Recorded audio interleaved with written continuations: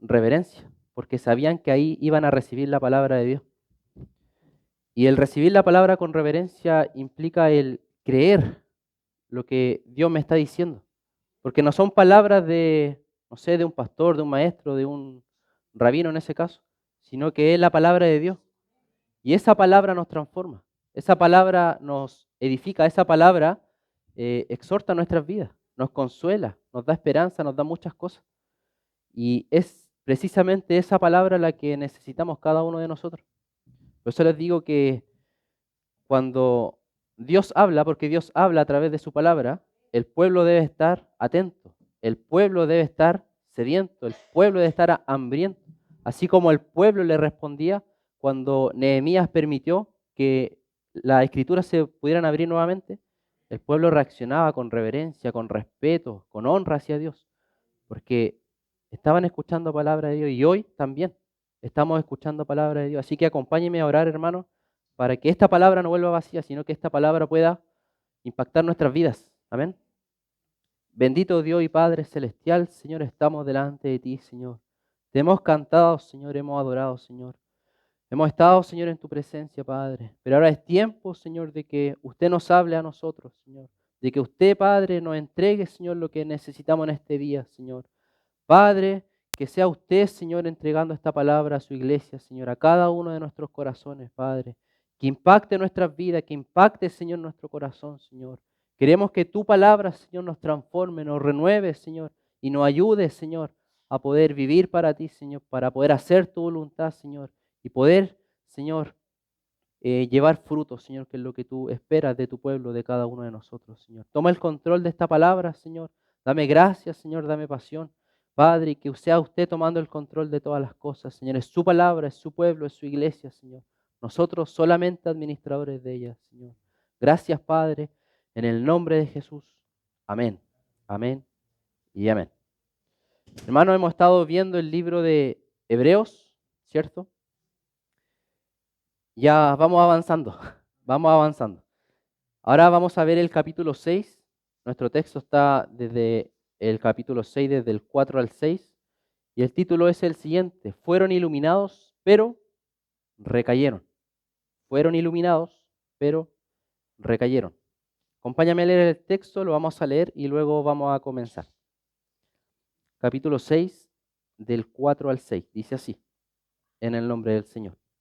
Porque es imposible que los que una vez fueron iluminados y gustaron del don celestial y fueron hechos partícipes del Espíritu Santo y asimismo gustaron de la buena palabra de Dios y los poderes del siglo venidero y recayeron, sean otra vez renovados para arrepentimiento, crucificando de nuevo para sí mismos al Hijo de Dios y exponiéndole a vituperio.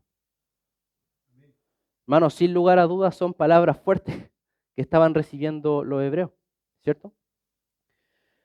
Pero es importante entender que son palabras fuertes bajo circunstancias fuertes, porque lo que está diciendo el autor, que por supuesto no sabemos quién es, lo que está diciendo el autor inspirado por el Espíritu Santo, es que una persona que peca deliberadamente, ¿cierto? E ignora la instrucción de Dios, que ignora la palabra de Dios,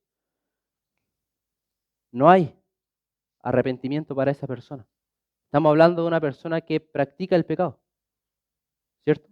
Por supuesto, en el contexto de qué ha estado hablando el autor, de qué ha estado hablando el libro, ¿cierto? No sé si usted se acuerda un poco, pero hemos estado hablando de un endurecimiento en el corazón. Hemos estado hablando hasta de apostasía, ¿cierto? Y el autor pone de ejemplo al mismo pueblo de Israel, ¿cierto? Que estuvieron con Dios, que Dios los libertó de Egipto, que pintaron los dinteles de sus casas con sangre del cordero, ¿cierto? Que comieron el maná, que recibieron el agua, que vieron la columna de fuego, que vieron la columna de nube, que vieron el mar partirse en dos, que escucharon la voz de Dios directamente en el monte Sinaí, que recibieron los 10 mandamientos. Ese mismo pueblo endureció su corazón y se apartó y fue desobediente y fue rebelde. Pero uno podría decir, pero ¿cómo si estaban ahí? Participaron, fueron iluminados. ¿Qué pasó con ellos? Una buena pregunta, ¿cierto? Por supuesto, la vamos a ir respondiendo a lo largo del mensaje. Aparte, el autor se dirige a ellos y les dice que son tardos para oír. ¿Se acuerdan cuando vimos eso en el mensaje anterior? Ustedes son tardos para oír. No ustedes, estoy hablando del texto. Ustedes son tardos para oír, ¿cierto? No puedo darle alimento sólido, debo darle leche, porque son niños y no están preparados para un alimento más contundente, más sólido. Y siempre deben estar recibiendo la misma enseñanza básica de siempre. Esos son los receptores de la carta. A ellos el autor les está escribiendo. Y ahora les da una advertencia fuerte, hermano. Y esa misma advertencia también es para cada uno de nosotros. También para cada uno de nosotros. Cuando no hay madurez espiritual, hermano, cuando no hay comunión personal con Dios, hay peligro. Lo voy a volver a decir, cuando no hay una relación con Dios, hay peligro. Porque yo puedo escuchar, puedo ver, pero si no conozco al Dios que inspiró esta palabra, de nada me sirve. Me la puedo saber al revés y al derecho, pero de nada me sirve. Los israelitas experimentaron todo en el desierto, todo. Vieron todo lo que Dios les entregó, pero aún así se endurecieron. Y hermano, el punto número 1 que vamos a ver el día de hoy es que estar presente en la iglesia no nos garantiza salvación. Estar presentes en la iglesia no nos garantiza salvación.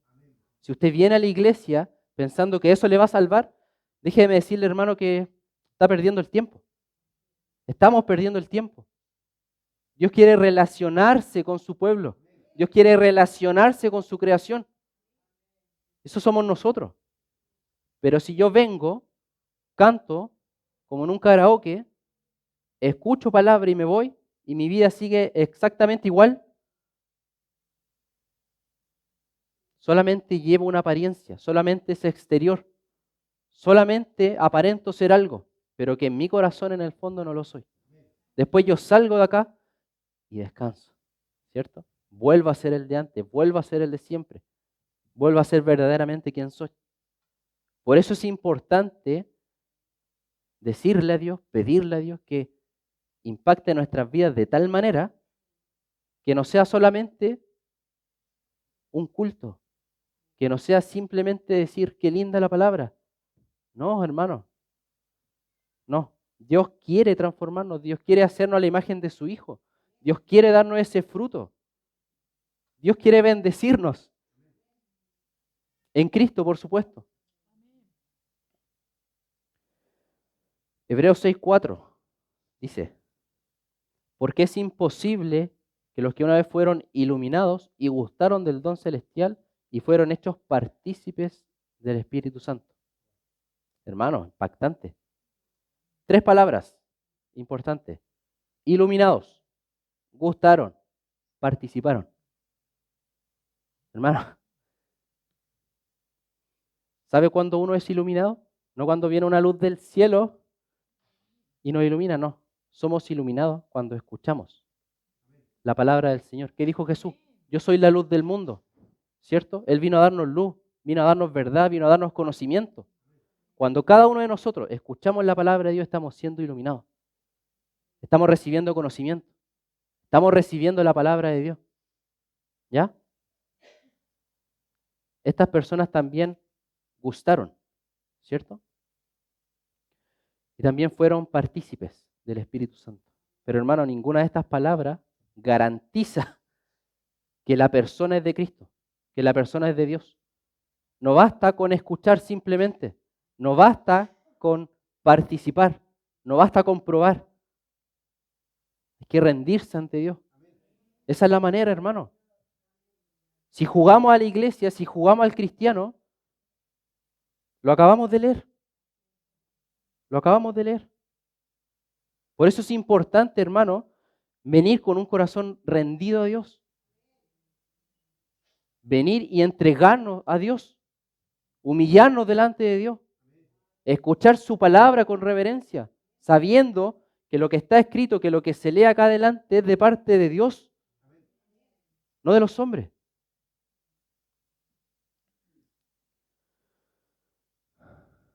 El autor constantemente ha estado exhortando a no volver atrás, a no resbalar, a creer en la palabra de Dios, a tener fe en las promesas de Dios.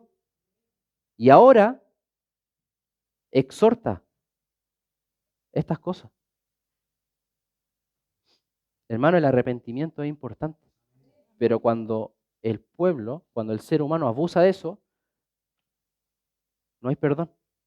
El mismo libro de Hebreos lo dice, lo vamos a leer más adelante.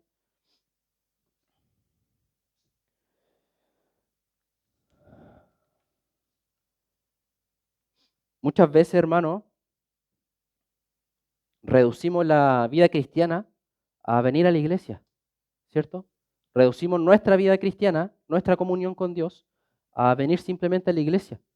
Por eso podemos venir a la iglesia, podemos levantar nuestras manos, podemos cantar, podemos recibir la Santa Cena, podemos ir a los bautismos, podemos bautizarnos, podemos hacer muchas cosas. Pero eso no nos dice nada. No nos dice nada, absolutamente nada. Hay una cosa que nos diferencia del mundo, una cosa que nos pide Dios, una cosa que debemos buscar cada día, que es buscar el carácter de Cristo en nuestras vidas. Lo cantamos hace poco, menguar y que Él crezca. Pero cuando no está ese proceso en nuestras vidas, hermano, no hay nada, en serio, no hay nada, no hay absolutamente nada. Una persona que simplemente viene a la iglesia y prueba a ver si le gusta o no, es lo que está diciendo el texto. Gustaron del don celestial, lo probaron, jugaron ahí en el límite, en la línea, fueron partícipes del Espíritu Santo, no necesariamente que lo tenían, sino que participaron en la iglesia, donde está el Espíritu Santo, donde están los dones que Dios entregó a su pueblo, donde hay alabanza, donde hay presencia.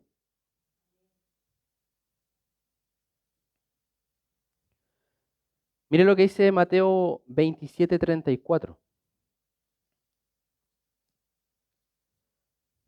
Le dieron a beber vinagre mezclado con hiel, pero después de haberlo probado, no quiso beberlo. ¿Qué quiero decir con esto? Que probar no significa tragar y digerir. Yo puedo venir a la iglesia y puedo probar.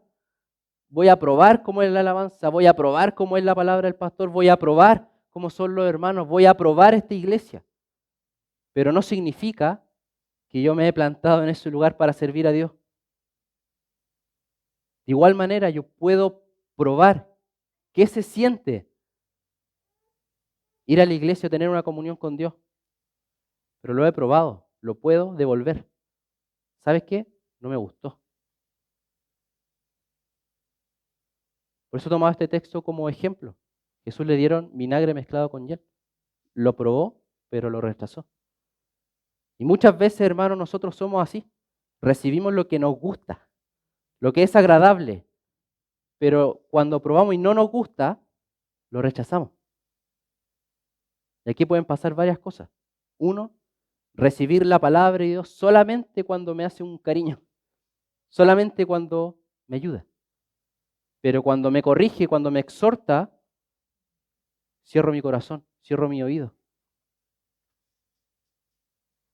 Y muchas veces, hermanos, somos así. Muchas veces la iglesia es así.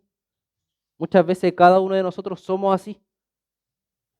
Jugamos a ver si nos gusta o no. Y nunca nos damos completamente a Dios. Y esto pasa en todo aspecto de nuestras vidas, hermanos. ¿Cuántas personas conviven para probar y rechazan el matrimonio? ¿Se entiende el ejemplo? Nosotros en lo espiritual con Dios somos exactamente igual. Voy a probar tener una comunión con Dios. Pero en el fondo, mi corazón está rechazando a Dios por cómo estoy viviendo.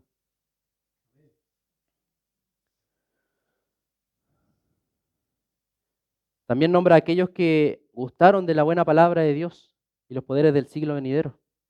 Hermano, la palabra de por sí es buena. La palabra de Dios es buena. De por sí el leer la palabra y que estemos escuchando la palabra es bueno para nosotros. Es bueno para nuestra alma, es bueno para nuestro espíritu, porque lo necesitamos. Pero si no hay un corazón rendido, humillado a Dios, voy a escuchar, pero no va a pasar absolutamente nada. Como la parábola del sembrador, ¿cierto?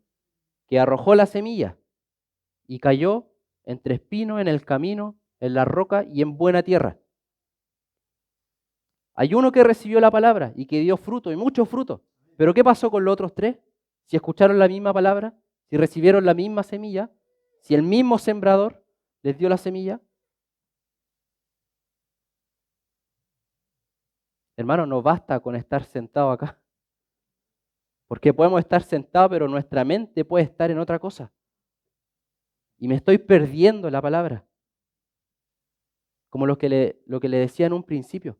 Antiguamente el pueblo iba a la sinagoga sedientos porque no tenían palabra. Allá había palabra.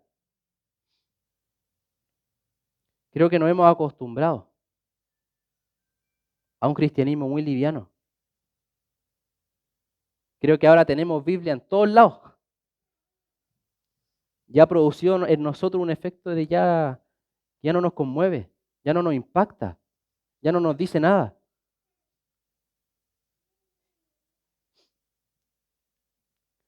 ¿Por qué le digo esto tan severamente? Porque esto era lo que estaban recibiendo y esto es lo que habían rechazado.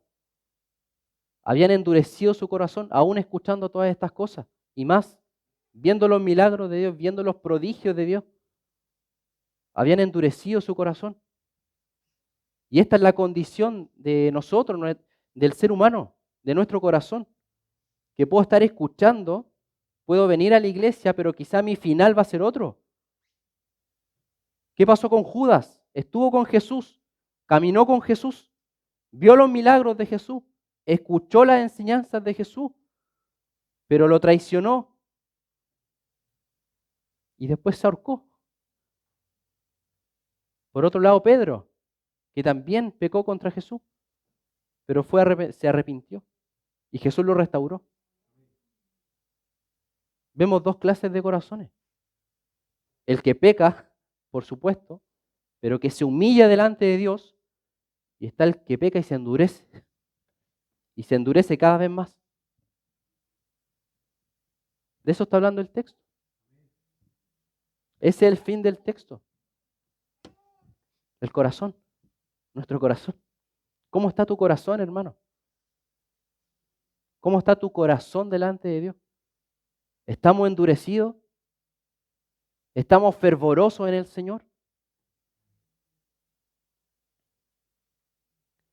Hebreos 6:7 dice, y recayeron, sean otra vez renovados para arrepentimiento, crucificando de nuevo a sí mismo al Hijo de Dios y exponiéndole a vituperio. Hermano, como les dije en un momento, los israelitas experimentaron de todo. Dios les entregó todo. Vieron todo lo que Dios les pudo entregar. Pero endurecieron su corazón y se rebelaron contra Dios y se apartaron del Dios vivo. Eso es apostasía. El conocer, el experimentar, pero luego apartarse. Eso es apostasía. Pero la apostasía no comienza así de un día para otro. Es un proceso. Y ahí debemos tener mucho cuidado, hermano. Ahí la iglesia debe tener cuidado. No digo que seamos apóstatas. Por favor, no malinterprete mis palabras. Pero como le dije, es un proceso que comienza con un corazón endurecido. Que comienza con un corazón que está cerrado a la palabra de Dios. Que comienza con un corazón que no se quiere rendir a la voluntad de Dios, sino que sigue su propia voluntad. Con el tiempo, ese corazón va a estar tan endurecido,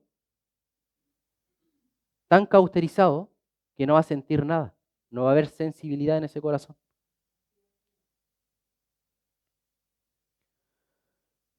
Mire lo que dice en Hebreos capítulo 10, del 26 al 31.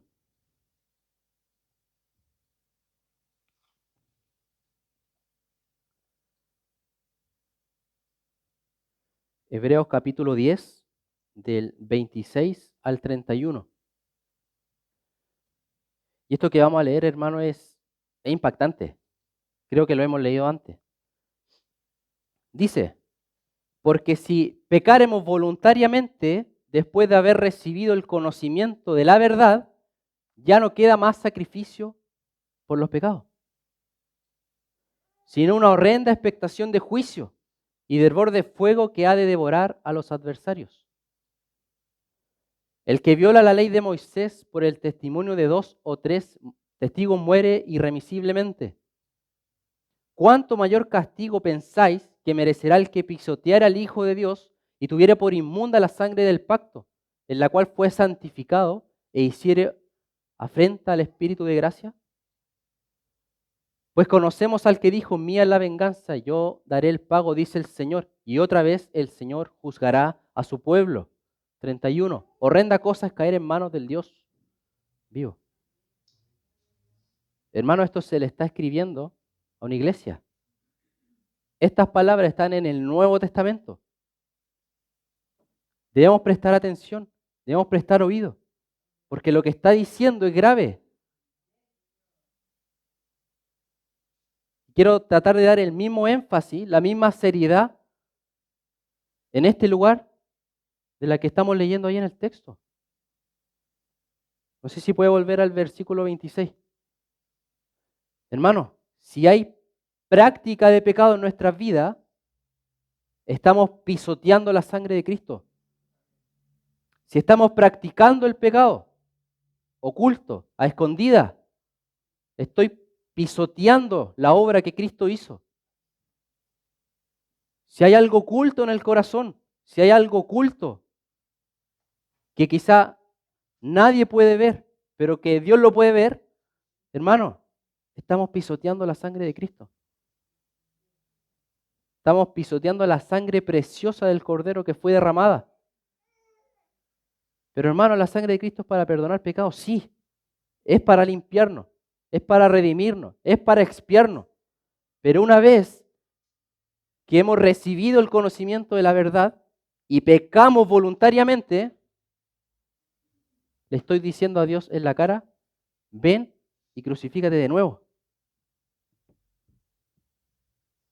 Hermano, porque si pecaremos voluntariamente, después de haber recibido el conocimiento de la verdad, ya no queda más sacrificio por los pecados. Hermano, se lo voy a decir de otra manera. Si has recibido el Evangelio, si has recibido la predicación, pero en tu corazón sigues pecando, cuidado, cuidado. Y esto no se trata de si se pierde o no se pierde la salvación. No estoy hablando de eso y no voy a hablar de eso. El texto es claro. El que ha recibido y voluntariamente peca, ya no queda más sacrificio por los pecados.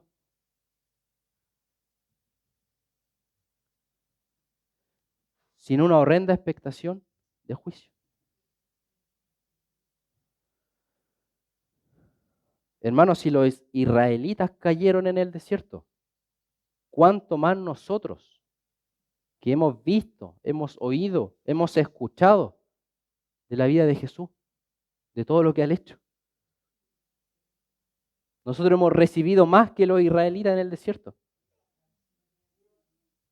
Pero si pecaremos voluntariamente, si ellos fueron castigados, ¿por qué no nosotros?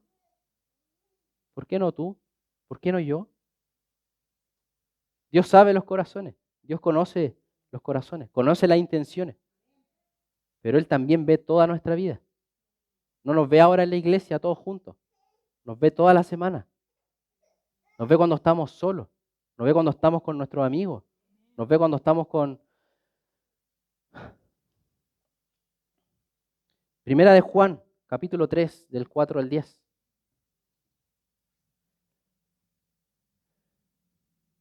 Todo aquel que comete pecado infringe también la ley, pues el pecado es infracción de la ley. Y sabéis que Él apareció para quitar nuestros pecados, y no hay pecado en Él, en Cristo. Todo aquel que permanece en Él no peca. Todo aquel que peca no le ha visto ni le ha conocido. Hijitos, nadie os engañe, el que hace justicia es justo, como Él es justo. El que practica el pecado es del diablo, porque el diablo peca desde el principio. Para esto apareció el Hijo de Dios, para deshacer las obras del diablo.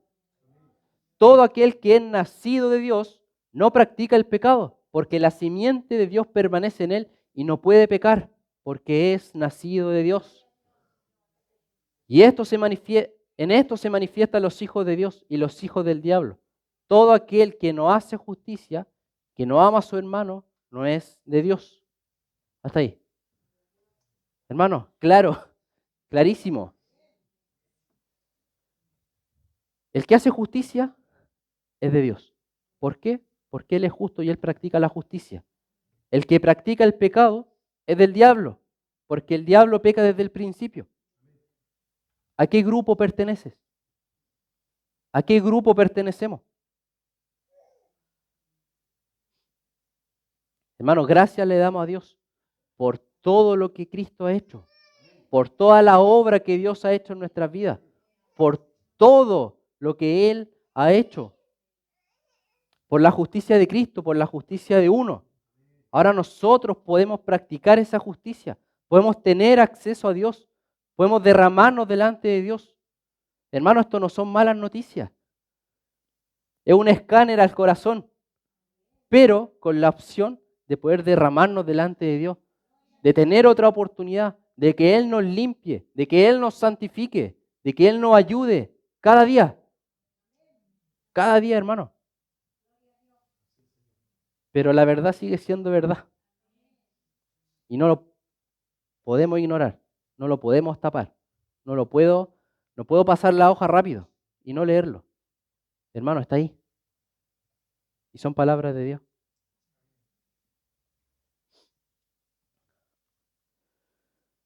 ¿Quién es tu Señor?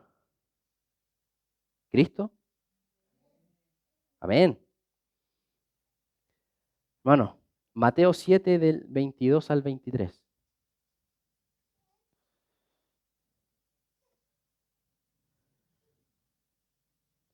Vamos a enfatizar mucho en esto porque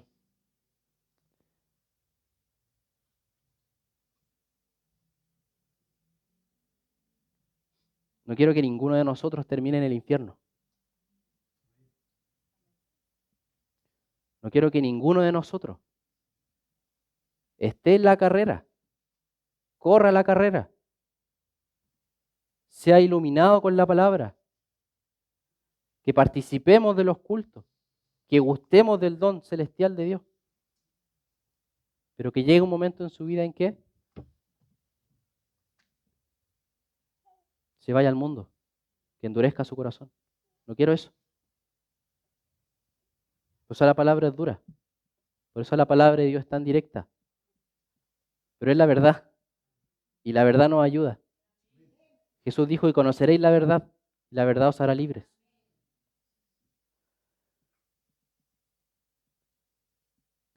Mateo 7, 22 al 23.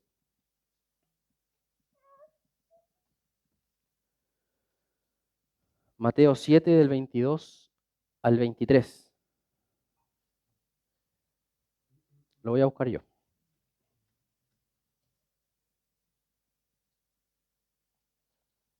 Mateo 7 del 22 al 23. Ya. Dice: muchos me dirán en aquel día: Señor, Señor, ¿no profetizamos en tu nombre? ¿Y en tu nombre echamos fuera demonios?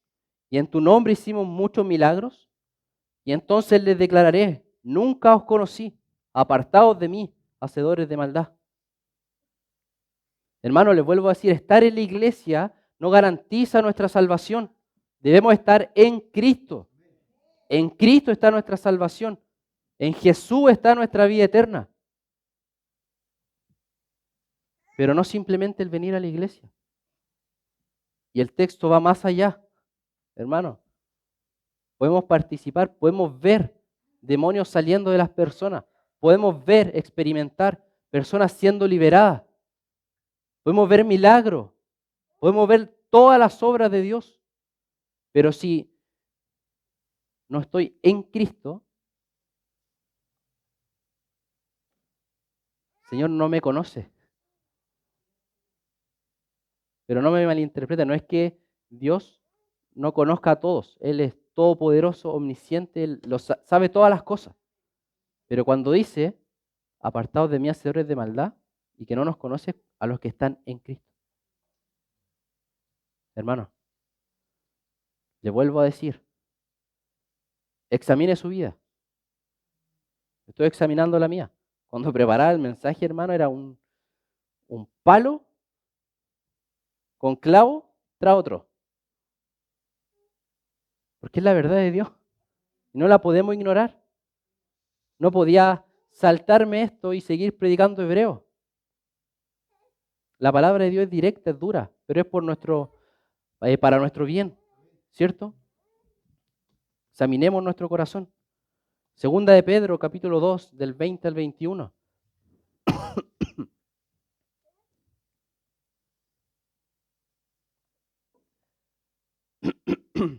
Perdón. Ciertamente, y habiéndose ellos escapado de las contaminaciones del mundo, por el conocimiento del Señor y Salvador Jesucristo, enredándose otra vez en ellas, son vencidos. Su postrer estado viene a ser peor que el primero. ¿Qué está diciendo? Que una persona que escapó de las contaminaciones del mundo a través del conocimiento de Jesucristo, enredándose otra vez en ello y es vencido, le hubiese sido mejor no haber recibido la verdad. Su estado viene a ser peor que el primero. ¿Por qué? Porque peca deliberadamente sabiendo. Y hermano, cada uno de nosotros, de los que estamos acá, ya sabemos. Conocemos la verdad de Dios. Hemos escuchado. Hemos venido a la iglesia. Hemos participado de los estudios bíblicos. No podemos decir en ese día, nadie me lo dijo.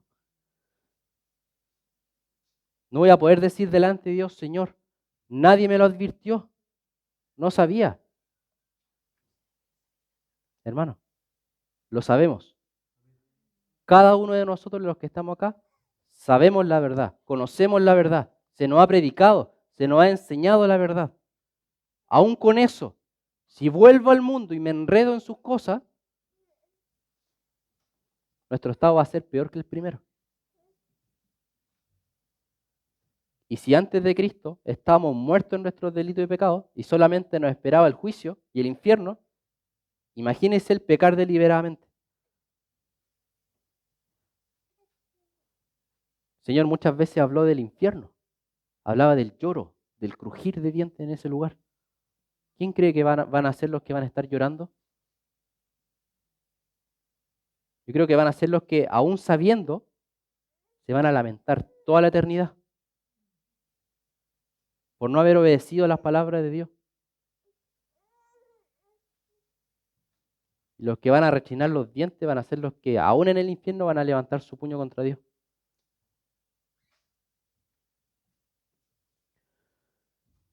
Ciertamente, y habiéndose ellos escapado de las contaminaciones del mundo por el conocimiento del Señor y Salvador Jesucristo, enredándose otra vez en ellas, son vencidos. Su postrer estado viene a ser peor que el primero. 21.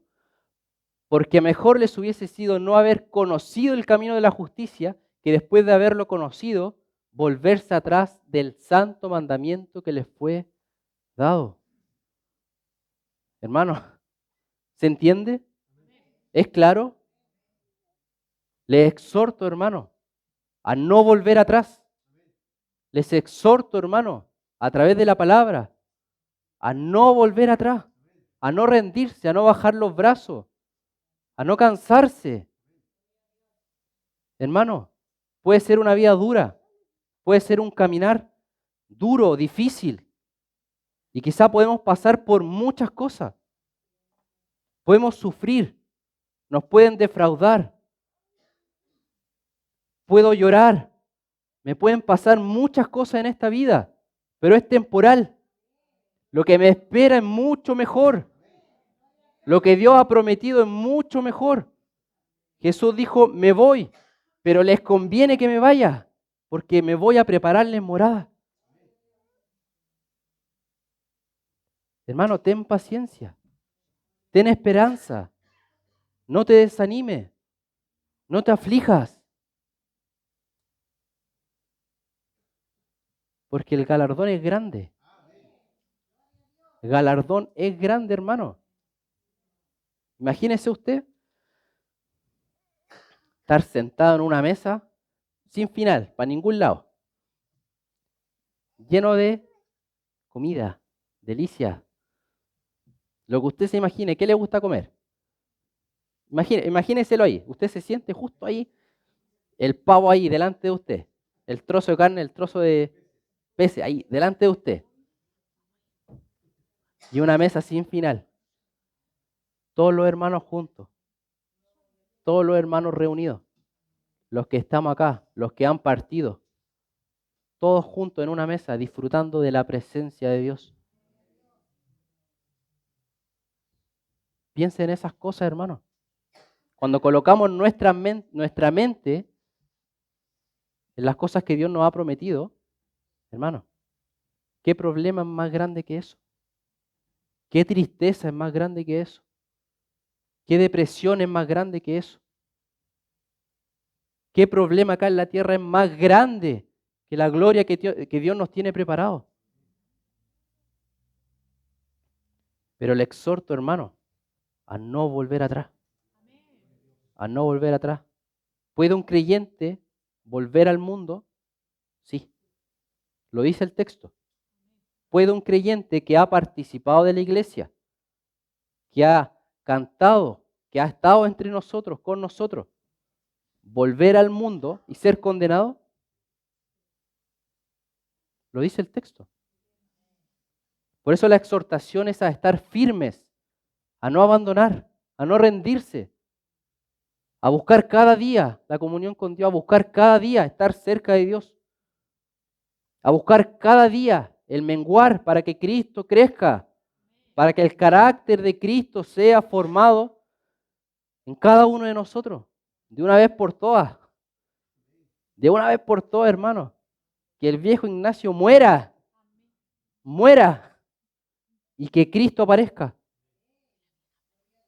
que nuestro carácter, usted conoce su carácter mejor que nadie, y el Señor, que nuestro carácter desaparezca, que mi orgullo, que mi soberbia, que mi envidia, que mi arrogancia, que mi indiferencia desaparezca y aparezca la justicia de Cristo, la misericordia de Cristo, el amor de Cristo, el perdón de Cristo, la paciencia de Cristo. Señor, nos ayude. Queda mucho por aprender, hermano, mucho. Y queda mucha carrera por delante. Pero debemos estar firmes. Debemos estar firmes. Dios sacó a Lot, a sus hijas y a su esposa de Sodoma y Gomorra. Pero una miró atrás. Y Dios la había sacado. Pero miró atrás.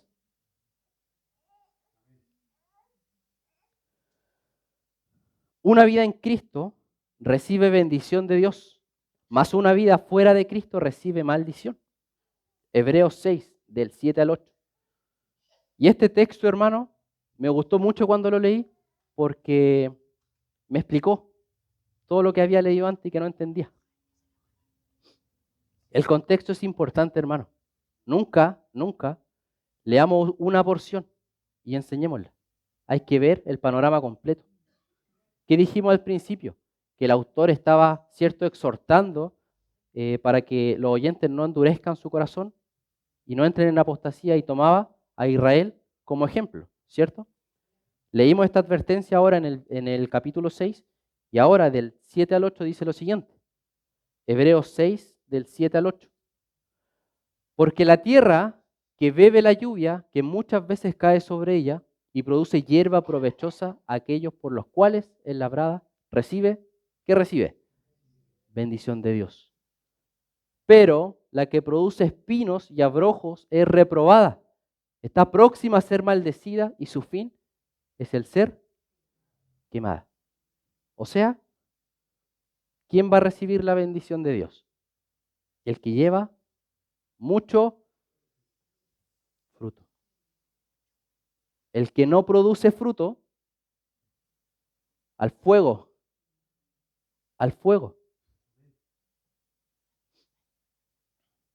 La mayor evidencia de que estamos en Cristo, hermano, es el fruto del Espíritu Santo en nuestras vidas.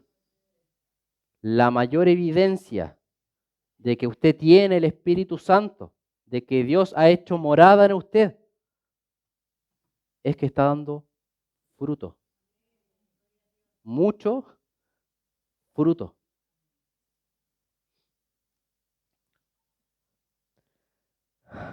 Como le dije, hermano, no se trata de participar. Olvídese de eso. No se trata de participar. Si usted viene a la iglesia por cumplir, no venga. Si usted viene a la iglesia para que lo vean, no venga. Si usted viene a la iglesia porque se acostumbró, no venga. Venga para darle gloria a Dios. Venga para recibir palabra de Dios, para dar mucho fruto. Ese es el fin. Y ese fruto es el carácter de Cristo en nuestra vida. Cuando se habla de fruto, no se imagine que tiene que venir con un cajón de fruta y repartir fruta.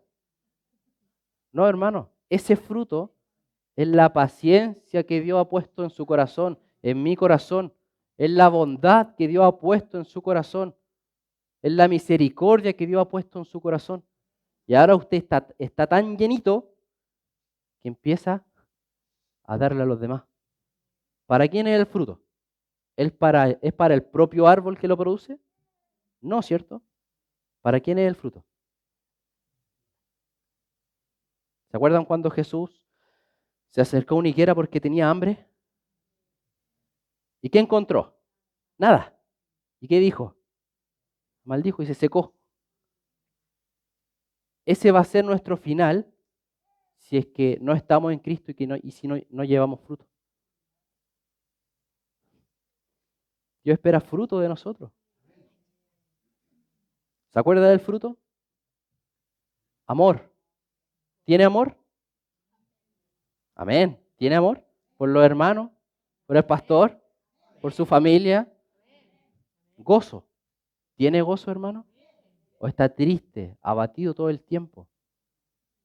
El Señor nos ha entregado una salvación tan grande, hermano, que quizá puedo estar pasando por las 1001 pruebas en esta tierra, pero mi corazón va a estar feliz, gozoso, sabiendo que Dios está conmigo.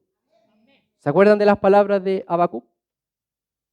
Venían a destruir la ciudad. ¿Pero qué dijo él? Aunque no hayan animales, aunque no haya fruto, aunque no tenga nada, ¿en qué me gozaré? En el Dios de mi salvación. Ese es el gozo. Ese es el gozo que Dios nos entrega. Ese es el gozo del fruto. Tener certeza de que Dios está conmigo. ¿Qué más? Amor, gozo, paz, paciencia, benignidad, bondad, fe, mansedumbre, templanza, dominio propio. Aleluya, como dice el pastor. Hermano, no es un fruto, es todo. Yo no tengo paciencia y no tengo lo demás, no. Debo tener todo el fruto. Debo tener paciencia. Debo mostrar amor. Debo ser bondadoso. Debo tener fe. Debo controlar mis emociones, mi carácter, dominio propio. Eso es lo que Dios espera de su pueblo, hermano. Nada más. Dios no nos pide que demos las 7 vueltas a la cuadra, que traigamos animalitos para sacrificar. No nos pide sacrificar a nuestro propio hijo como Abraham. Hermano, no nos pide nada de eso. Nos pide creer, arrepentirnos y llevar mucho fruto. ¿Es mucho pedir? ¿Es mucho? No, hermano. Comparado a todo lo que Dios nos ha entregado.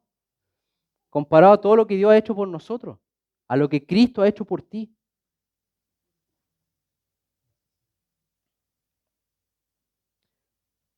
Para ir finalizando. Mateo capítulo 3, versículo 8. Mateo versículo 3, versículo 8. Hermanos, la buena noticia para nosotros es que aún tenemos tiempo. Dios sigue mostrando su misericordia y su bondad hacia nosotros para poder arrepentirnos. Haced pues frutos dignos de arrepentimiento. Vuelvo a sacar el ejemplo de Judas. Judas se arrepintió, sintió remordimiento, devolvió las piezas de plata, pero se ahorcó. ¿Qué hizo Pedro? Lo negó 3 veces. Jesús lo restauró. Pero ¿cómo vivió Pedro después? Dio su vida a tal punto que cuando lo iban a crucificar dijo: no soy digno de morir como mi maestro. Fruto. Si estamos en Cristo, me he arrepentido de mis pecados, Dios me ha perdonado, no vuelvo atrás, no vuelvo a practicar las mismas cosas. Ya no soy el mismo, no eres la misma. Dios te ha transformado, Dios te ha ayudado, te ha perdonado. Y ahora nosotros damos fruto. Juan, capítulo 15, del 5 al 8. Yo soy la vid, vosotros los pámpanos. El que permanece en mí y yo en él, este lleva ¿qué? Mucho fruto, porque separados de mí nada podéis hacer. El que en mí no permanece será echado fuera como pámpano y se secará, y los recogen y los echan en el fuego y arden. Si permanecéis en mí y mis palabras permanecen en vosotros, pedid todo lo que queréis y os será hecho.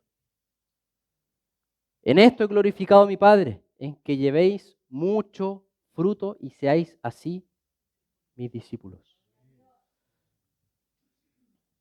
¿Se entiende, hermano? ¿Es complejo? ¿Qué espera Dios de ti? ¿Qué espera Dios de mí? ¿Qué quiere Dios de su iglesia?